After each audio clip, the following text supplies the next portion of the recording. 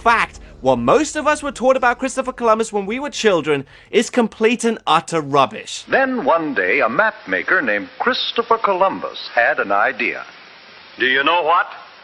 I think the world isn't flat at all. I think it's round like a ball. Did you hear what he said? Did you hear what he said? He said that the world is round. Oh, He's crazy. I think the world isn't flat at all. I think it's round like a ball. I seriously have no idea who started this stupid idea that people thought that the world was flat in the 15th century, because it's just ludicrous. The Greeks had already figured out that the world was round nearly 2,000 years ago. In fact, here's how the Greek mathematician Eratosthenes did it. Here's a map of ancient Egypt. I've inserted two sticks, or obelisks. One up here in Alexandria, and one down here in Syene. Now, if at a certain moment, each stick casts no shadow at all, that's perfectly easy to understand, provided the Earth is flat.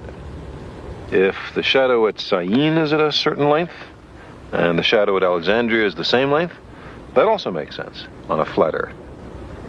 But how could it be, Eratosthenes asked, that at the same instant, there was no shadow at Syene, and a very substantial shadow at Alexandria?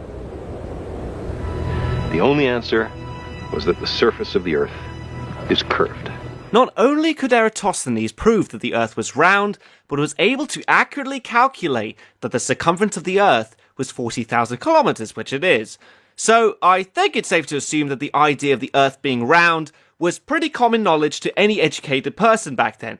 And yet, this flat Earth theory has been regurgitated time and again in the classroom. So does 4092 challenge this stupid idea? It's round. No, of course not. Round. I know, but apparently nobody else does. We've been told lies for so long. They said that this was flat at this table. That monsters guard the edge of the world. I will not be told what to be afraid of or what not to be afraid of. But quite remarkably, the movie inexplicably contradicts itself here, because later on, it decides to ditch the flat Earth theory angle. Unfortunately, Senor Columbus, that is precisely where our opinions differ. You are familiar with the work of Aristotle, Eratosthenes, Ptolemy? I am, Your Eminence. Then you cannot ignore that according to their calculations, the circumference of the Earth is approximately 22,000 leagues or more. So wait a minute, how can a flat Earth have a circumference?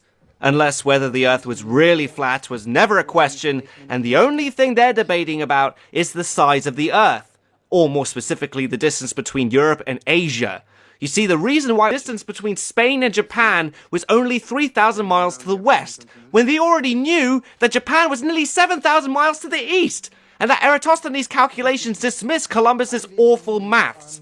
So, despite being a total incompetent, the only reason why Columbus is remembered today is that no one predicted that there happened to be a continent in the way. So, the question is, why does this movie even bother bringing up the whole flat Earth theory to begin with, especially if it never came up? I'll tell you why. It's because it's trying to portray Columbus as some sort of visionary, a man ahead of his time, and of course someone who's not afraid to challenge the power of the Catholic Church.